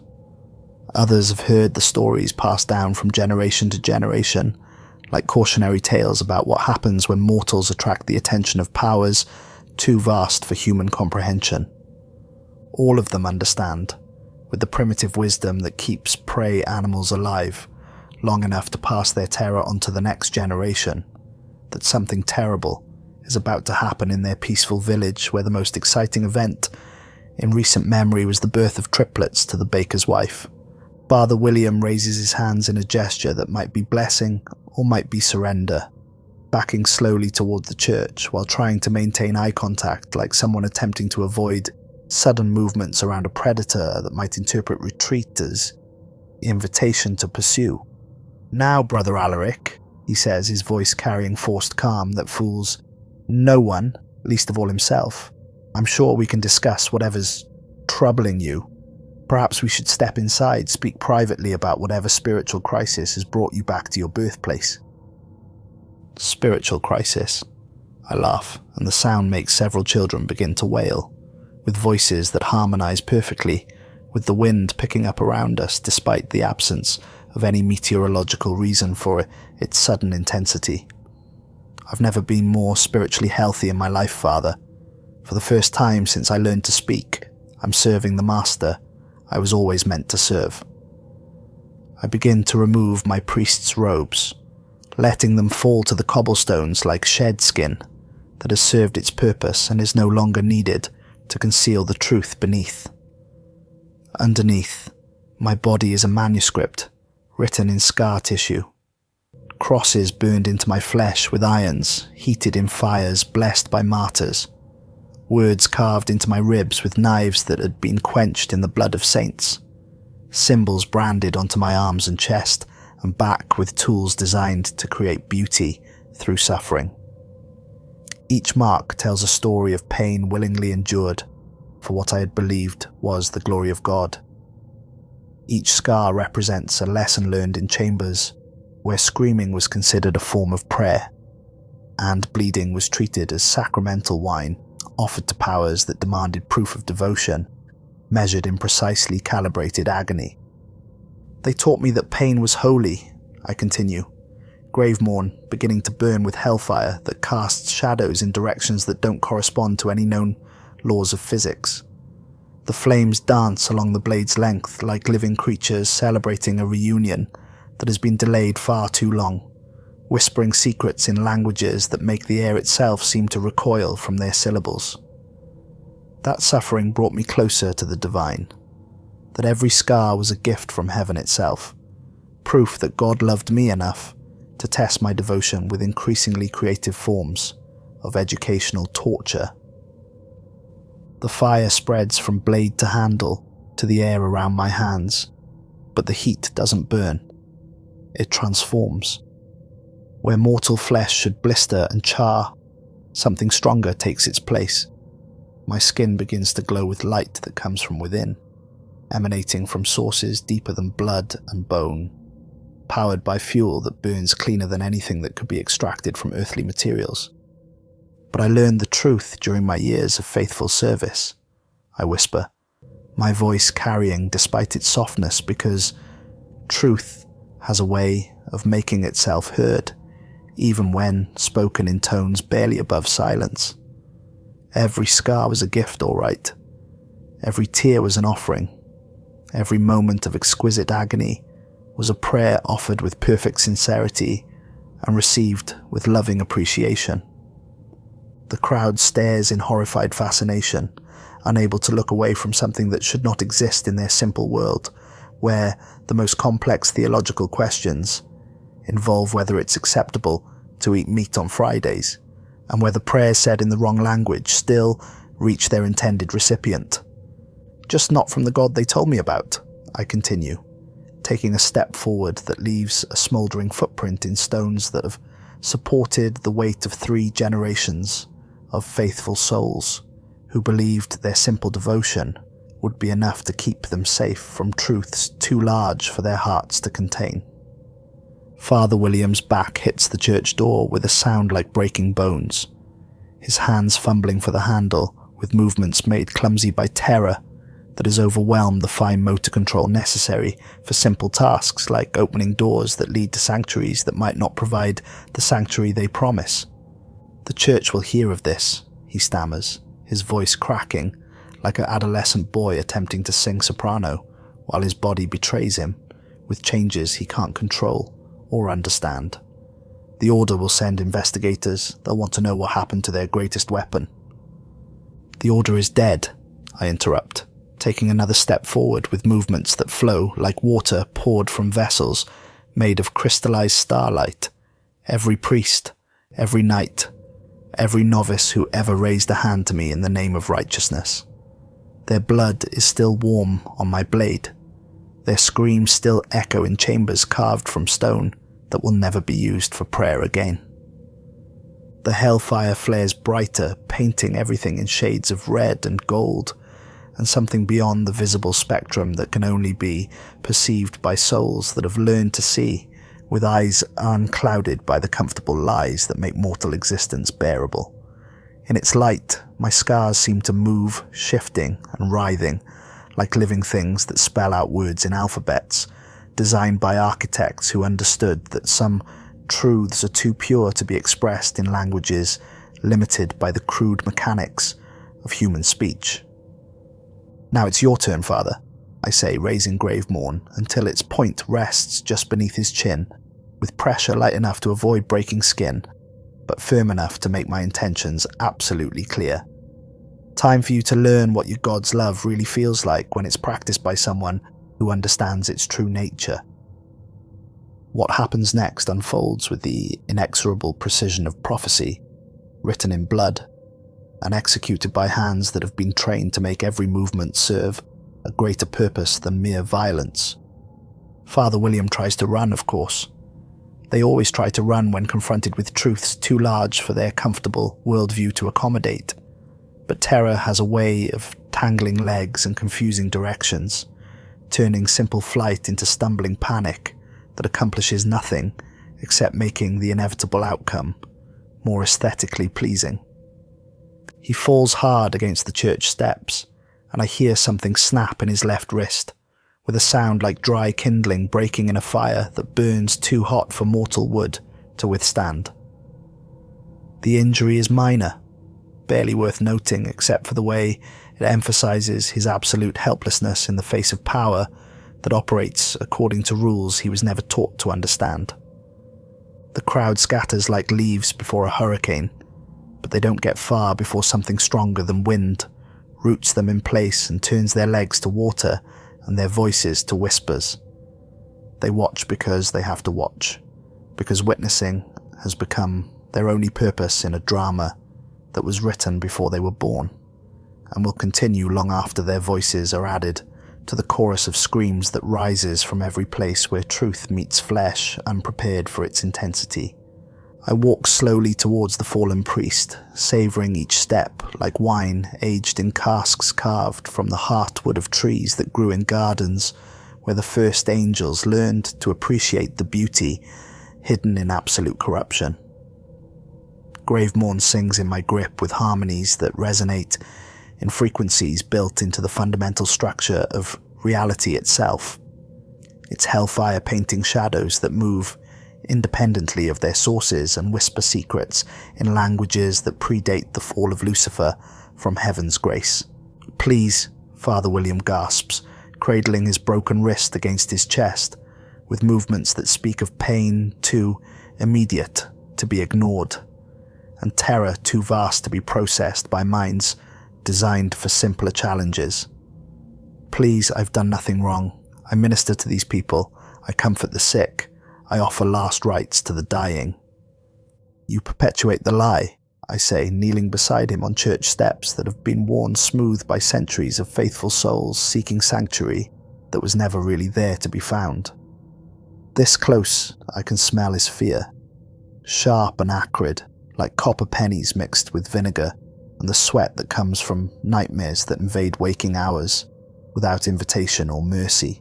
"You tell them that heaven loves them," I continue, placing the tip of Gravemourn against his throat with pressure, just firm enough to draw a single drop of blood that steams where it touches steel, blessed by powers that most theologians refuse to acknowledge exist.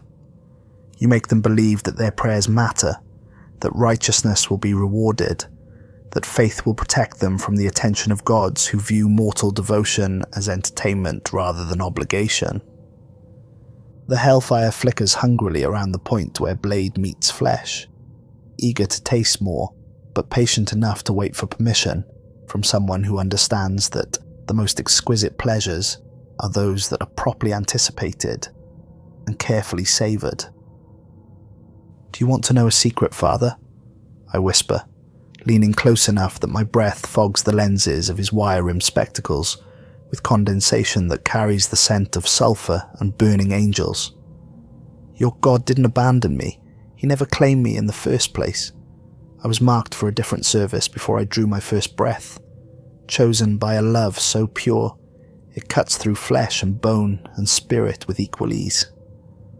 The blade slides in with the smooth precision of 18 years of training, refined by the clarity that comes from finally understanding the true purpose behind every lesson learned in chambers where screaming was considered a form of worship, and bleeding was treated as sacramental wine offered to powers that appreciated the sincerity of willing sacrifice.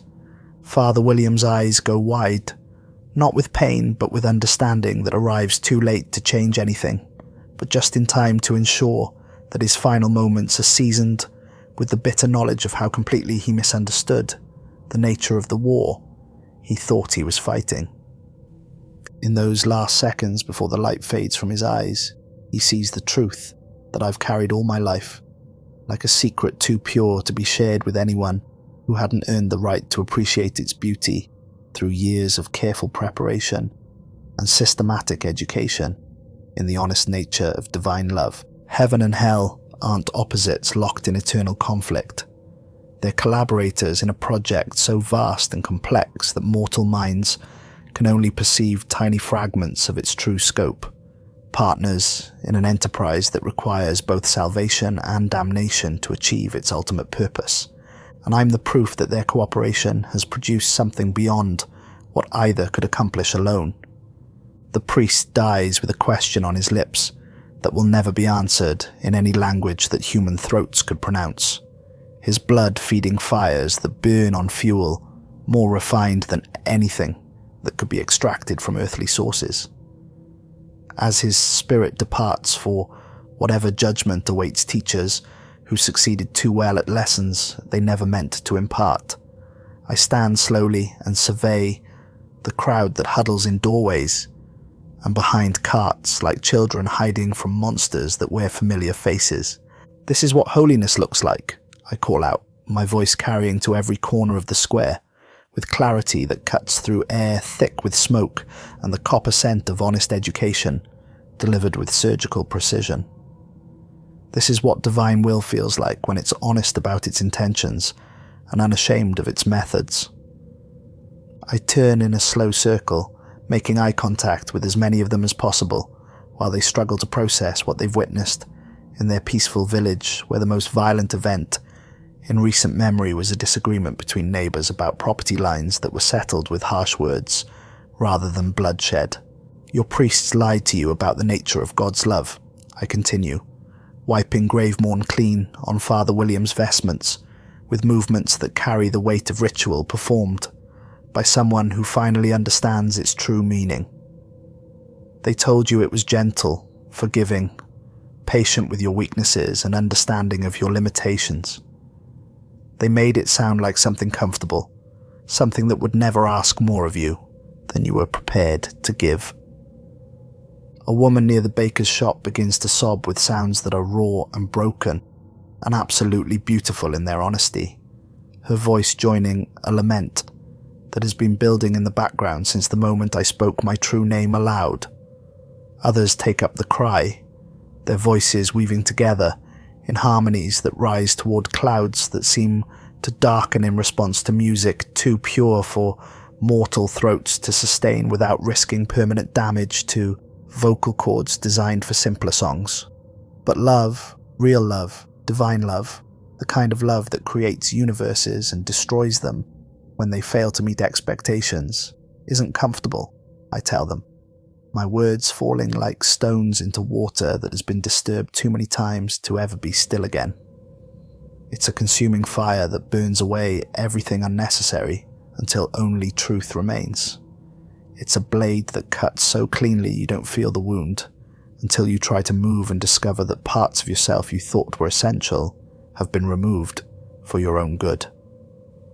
I wrap Gravemourn in its cloth shroud, though the hellfire continues to burn beneath the fabric with light that seeps through threads woven from materials that exist partially in dimensions where different laws of physics apply to the interaction between matter and energy.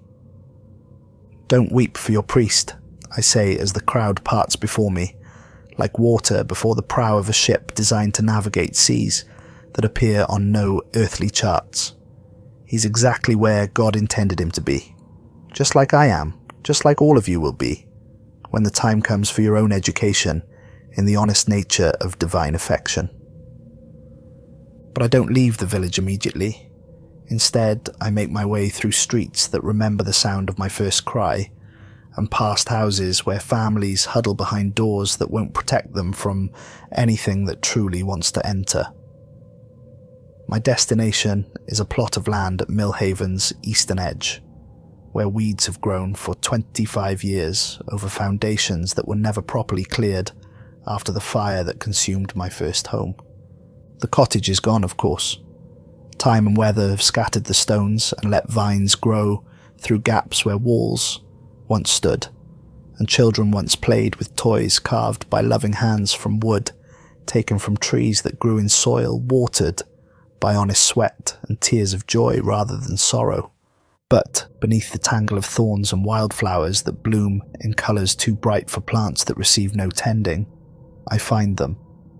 2 skeletons lie intertwined in what was once our kitchen, their bones yellowed by rain and sun, but arranged with the care of people who chose to die together rather than live apart. My mother's skull rests against my father's shoulder blade, and his arm bones curve around her ribs in an embrace that death couldn't break and time couldn't diminish.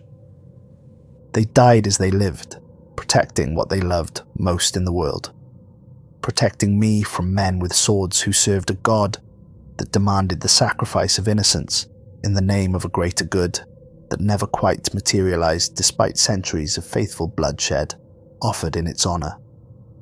I kneel beside their remains, reaching out to touch my mother's cheek with fingers that remember being gentle once, before 18 years of systematic brutality taught them to appreciate the beauty hidden in precisely calibrated violence. The bone is smooth as silk, worn by weather and time into something that approaches the purity achieved by suffering that has been refined, until only its essential elements remain.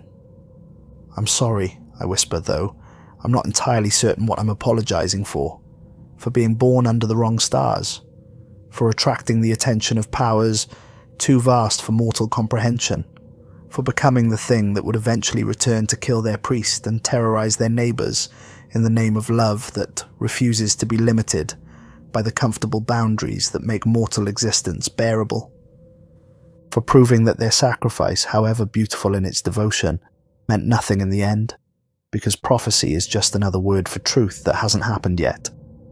The wind picks up as I speak, rustling through thorns that grow in patterns too deliberate to be natural, and setting the bones to clicking, like castanets played by invisible musicians who understand that some songs can only be performed by instruments made from materials that were once alive and dreaming. For just a moment, I imagine I hear voices on the breeze, my mother singing lullabies in a voice made sweet by love that asked for nothing in return. My father's deep laugh as he tosses a 7-year-old boy into the air with hands strong enough to lift the weight of the world, but gentle enough to cradle something precious without leaving bruises. Then Gravemourn hums against my back with harmonics that resonate in frequencies designed to remind me of duties that transcend the sentimentality that makes mortal existence bearable, and the moment passes like all moments do when they're measured against the weight of eternity. I stand, brushing dirt from my knees, with movements that carry no trace of the gentleness I showed to bones that can no longer feel pain or appreciate tenderness, and turn away from the cottage ruins without looking back. Behind me, Milhaven burns with fires that spread too quickly to be natural, consuming thatch and timber, with flames that dance in colours no earthly combustion should produce. The villagers' screams carry on wind that tastes of smoke and copper and something that might be transformation, if transformation could be distilled into an atmosphere dense enough to breathe. But the sounds they make aren't entirely expressions of terror. Beneath the obvious fear, I detect notes of something that resembles religious ecstasy, as if witnessing absolute truth has triggered responses in their souls that their minds aren't equipped to understand or control. They're learning what worship really means when it's directed toward powers that actually deserve the attention they demand. They're discovering that prayer becomes more honest when it's offered by throats that have been opened to accommodate frequencies their creators never intended them to produce. And somewhere in the distance, carried on winds that blow from directions that don't appear on any earthly compass, I hear his laughter, warm and proud and filled with the satisfaction that comes from watching a plan that has been centuries in the making finally reach its moment of perfect execution. The road stretches ahead of me like a ribbon of possibility, woven from starlight and shadow, winding through valleys where other villages sleep peacefully in the gathering dusk. Each settlement is a collection of souls waiting to be educated about the true nature of divine love. Each church is a monument to misunderstanding that requires careful correction. Each priest is a lie that needs to be refined into truth through processes that are beautiful in their precision and terrible in their mercy. I'm no longer the Order's weapon, or Heaven's champion, or Hell's trophy claimed through superior strategy and more efficient recruitment techniques. I am something far more pure, far more honest, far more perfect in my devotion to purposes that transcend the artificial boundaries between salvation and damnation. I am what happens when prayer is answered by the God who actually listens to the words, instead of just measuring their volume and frequency. I am what love becomes when it's practiced by something that understands there's no meaningful difference between creation and destruction when both serve the same ultimate purpose. I am what holiness looks like when it's stripped of all the comfortable lies that make divine attention seem like something mortals should want to attract. The work ahead of me stretches across years and decades and possibly centuries, depending on how quickly humanity learns to appreciate lessons that are delivered with increasing intensity until understanding becomes unavoidable. Every village that burns will teach the surrounding settlements something about the price of worshipping gods who demand love but offer only comfort in return. Every priest who dies will demonstrate to his colleagues the difference between serving heaven and serving heaven, between faith that asks for blessing and faith that prepares for transformation. They trained me to be a holy weapon, shaped me with 18 years of suffering that they believed would bind me to their cause and make me grateful for the privilege of serving masters who viewed me as nothing more than a tool to be used until it broke and then discarded for something newer and more efficient. They succeeded beyond their wildest nightmares and their most desperate dreams. I am holy. I am a weapon. I serve a purpose greater than any mortal mind could comprehend, without risking permanent damage to cognitive systems designed for simpler challenges than appreciating the true scope of divine love in action.